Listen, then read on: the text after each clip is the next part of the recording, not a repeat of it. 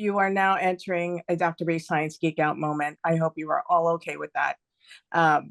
We love it. But I went, so I get really excited. So I hope I don't talk Long Island fast, but anybody that wants these slides, you can message me and I'll send it to you.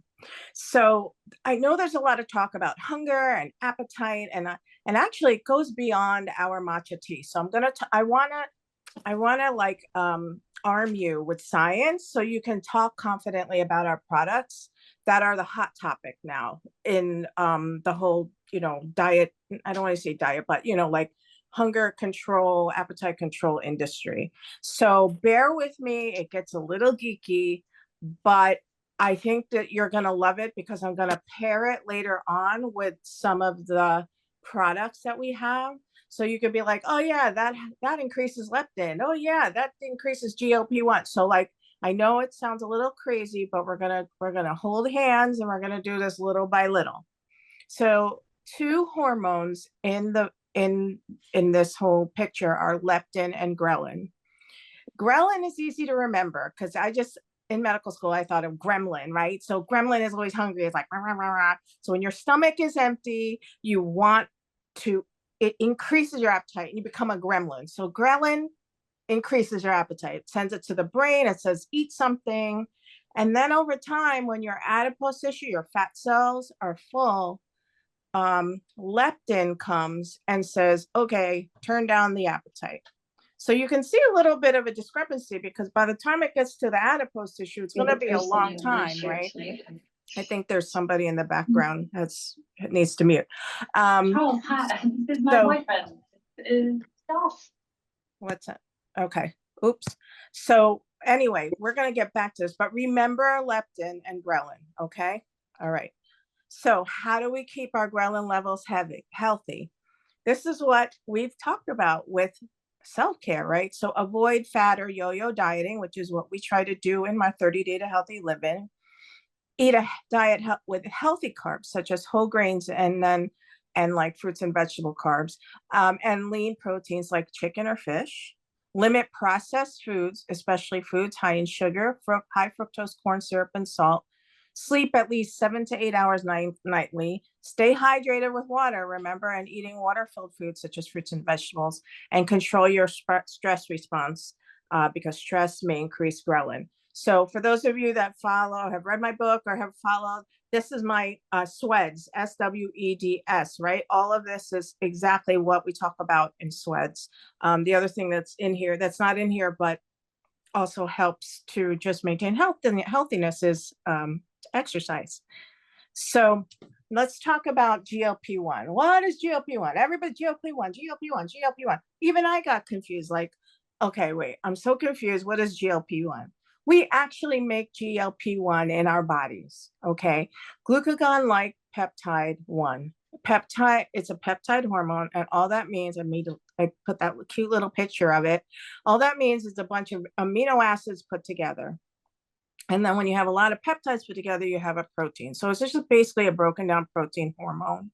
And it's produced and secreted in your intestine and some neurons in your brain and your brain stem when you start to eat food.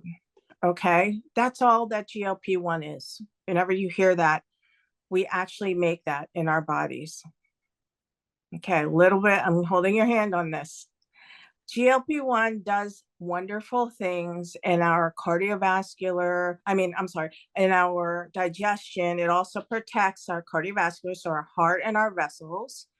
It tells our brain, we're full, we're good. You don't have to keep eating and telling ghrelin to keep eating, okay? Send in the leptin. A pancreas, it tells our pancreas to increase insulin so we could get that sugar that we just digested and store it properly. Our digestive tract says, okay, let's digest the stomach, the stomach digest the food, and peristalsis is the motion of all the food going from the stomach to the intestine. So it's decreased a little. And then it decreases the glucose production because we just ate, so we don't need any more glucose production. So if you think GLP-1 is a good, you have to think it's a good hormone. It helps us to digest things well. It helps to maintain our appetite, our weight, our everything. It helps. It's all, remember I told you, like, hormones are all interact in a web, and this is one of them. Okay, so just keep that picture in your mind. In obesity, things go awry. And this is what maybe probably one of the most quintessential things that was brought out by the whole GLP-1 agonist. We'll talk about that in the next slide.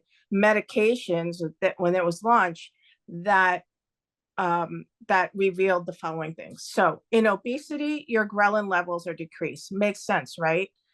Because if it's decreased, it's not telling the thing to stop eating, right? Because it's just like, I'm hungry, the thing, your brain. You feel hungrier with lower levels of ghrelin.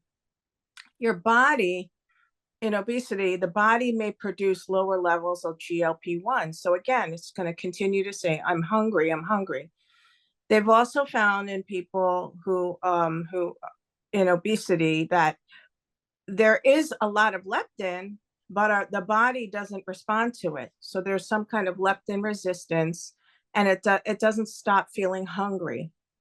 Another thing that's noted is that there's food noise. Now, I'm actually, based on my BMI and everything, I am on the lower end of obesity, but I'm technically obese, and I have food noise. It's there. Food noise is, oh my gosh, there's a chocolate cake in the fridge, and I'm all the way halfway around the house, and it's calling me to eat it. That's food noise. Like, you're constantly thinking about what food is next to eat. So in obesity, you also do not metabolize glucose as efficiently. You're more susceptible to diabetes or like insulin resistant, which means when you're insulin resistant, you have more blood glucose, and then you're also more susceptible to cardiovascular disease. So what I'm telling you is that obesity is not a discipline or willpower problem. There is hormonal differences in people who are thin and can eat everything and remain thin, and those who look at a piece of chocolate cake and become and it goes to their thighs because of the different types of levels of hormones in your body. So you have to believe that, because that's where you have to believe it. It's science. It's shown. That's where all of this GLP-1 agonist new medicines have shown that all of this can be reversed. And I'll show you that in a minute. Now, also to some extent, the same is true for women who are in perimenopause and menopause. We tend to have more food noise. We tend to be more insulin resistant. There might be some correlation with cardiovascular disease with women in menopause. So this is just a little snapshot and a summary of it. So remember this, what normal appetite control looks like is when we're hungry, the gremlin increases, right? While we're eating and we're getting full, GLP-1 increases, that's good. And then when we are full, leptin increases and the other two go down. So let's talk about Ozempic. We're almost done. I know it's a lot of science, but listen, you're going to be happy in the end. What is all the commotion about it? So semaglutide or GLP-1 agonist. So again, it helps the GLP-1. We want that for good good metabolism, appetite, and all that. Lowers blood sugar levels, also hemoglobin A1C, by stimulating the release of insulin from pancreas. It delays gastric emptying, which means it stops, the gastric means stomach, so it stops the stomach from emptying too quickly. So you have a feeling of fullness and the food noise is decreased. So then your cravings are curbed. So many celebrities, though, are turning to it for weight loss and managing weight loss. But again, these meds reveal a really important distinction, that obesity is not just a lack of willpower, laziness, or not being disciplined.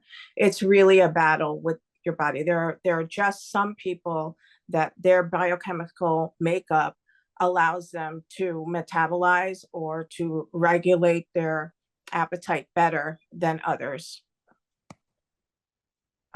So these are just some of the GLP-1s. You've seen all the commercials: Trulicity, Ozempic, Rybelsus, Mounjaro. There's not going to be a test on all of these. I just wanted to show you the different ones. And then there are other ones that work through other mechanisms, but we'll just talk about GLP-1 because I will link it to our products. So some points being on a GLP-1 agonist is that there is a loss of muscle mass in addition to the loss of adipose tissue or fat. So you need to weight train when you're on GLP-1 agonist. And if you stop the medication, the weight gain will most likely happen, but mostly fat or adipose tissue and not muscle. However, I will say there have been people with type 2 diabetes, extreme like cardiovascular disease and serious comorbidities, who these drugs have saved their lives. Their diabetes have improved.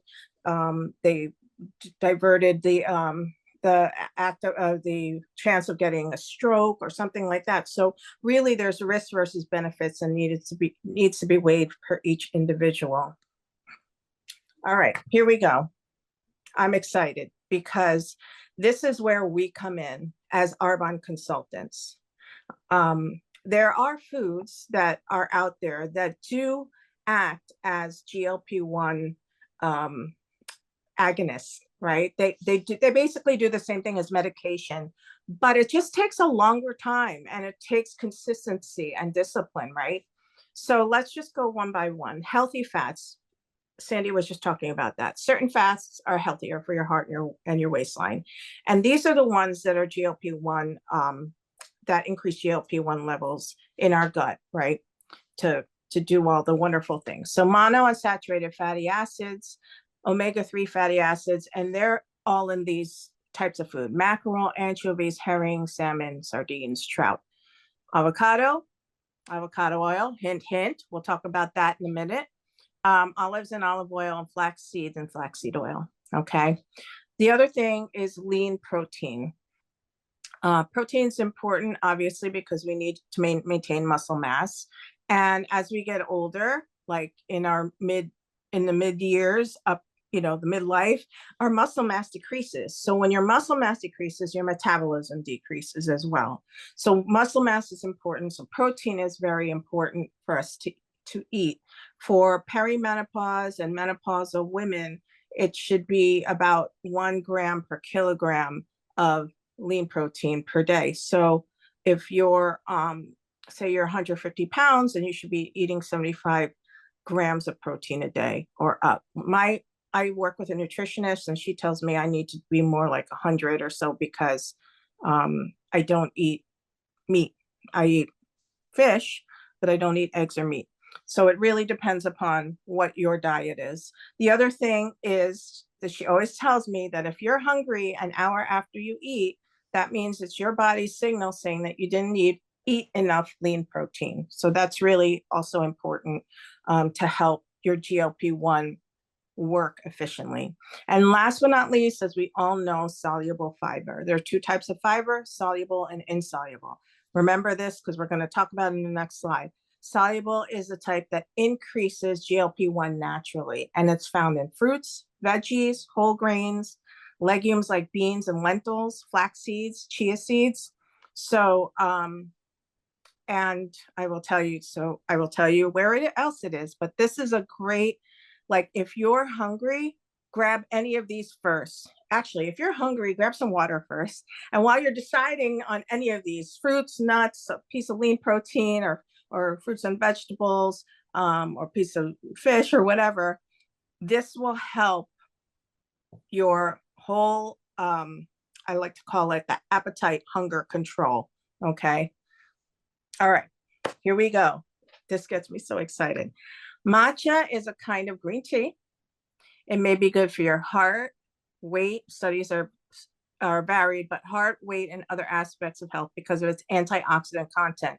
Remember, I told you antioxidants are always good. We have it in our skincare, we have it in our nutrition, and it's basically when you take a piece of fruit and it turns brown, that's called oxidation or oxidative stress. So when you remember the fruit salad that you can put like lemon or orange juice, that is a high antioxidant vitamin C that helps stop the browning.